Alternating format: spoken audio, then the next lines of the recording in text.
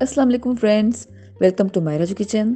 Friends, Mayraju Kitchen में अॼु असां तव्हां सां जेका रेसिपी शेयर कंदासीं उन जो नालो आहे कस्टर्ड डिज़र्ट। ही मिठो ठाहिण जे लाइ सभिनि खां पहिरियां हिते असां खयां आहिनि तक़रीबन 8 खां 10 अदद प्लेन कुकीज़ ऐं बिस्किट्स खे असां ज़िप-लॉक में विझी करे क्रश कंदासीं।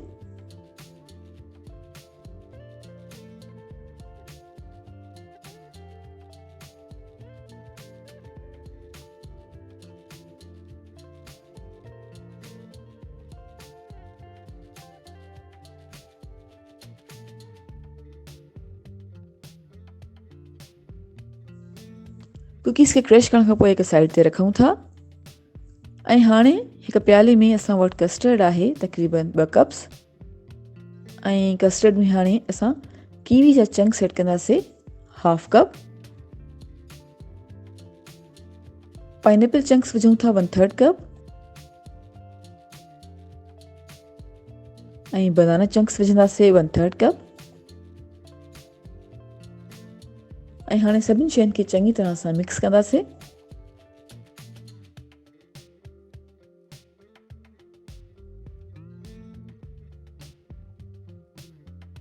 जी फ्रेंड्स, सभिनी शयुनि खे चङी तरह सां मिक्स करे छॾियो आहे ऐं हाणे हिकु साइड ते रखूं था।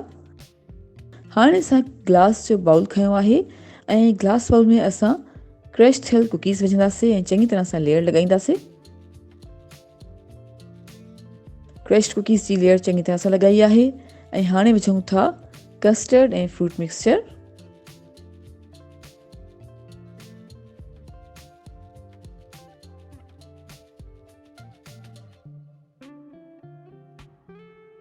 कस्टर्ड ऐं फ्रूट मिक्सचर जी लेयर लॻाइण खां पोइ हाणे तक़रीबन अध कलाक जे लाइ रेफ्रिजरेट कंदासीं।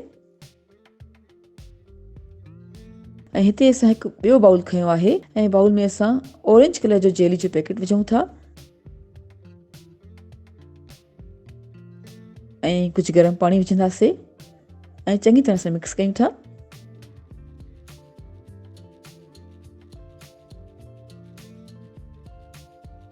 ऑरेंज जेली खे पाणी में चङी तरह सां मिक्स कयो आहे ऐं हाणे हिकु साइड ते रखी छॾींदासीं।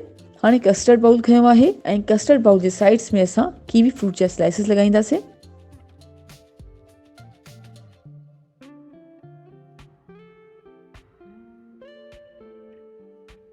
कीवी फ्रूट जा स्लाइसिस साइड्स में लॻाइण खां पोइ हाणे कस्टर्ड जे मथां रखूं था पाइनएप्पल जा स्लाइसिस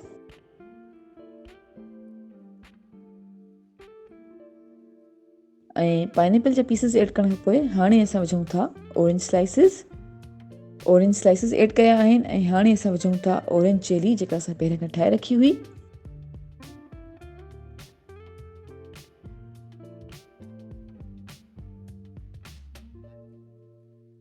ऑरेंज जेली कस्टर्ड जे मथां ऐड कई आहे।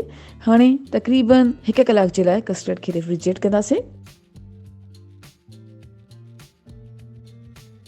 जी फ्रेंड्स, असां कस्टर्ड डिज़र्ट खे तक़रीबन 1 कलाक जे लाइ रेफ्रिजरेट कयो हुयो ऐं हाणे असांजो मज़ेदार कस्टर्ड सर्विंग जे लाइ बिल्कुलु तयारु आहे। उमेद कई था तव्हांखे असांजी अॼु जी रेसिपी ज़रूरु पसंदि आई हूंदी। Thank you so much for watching.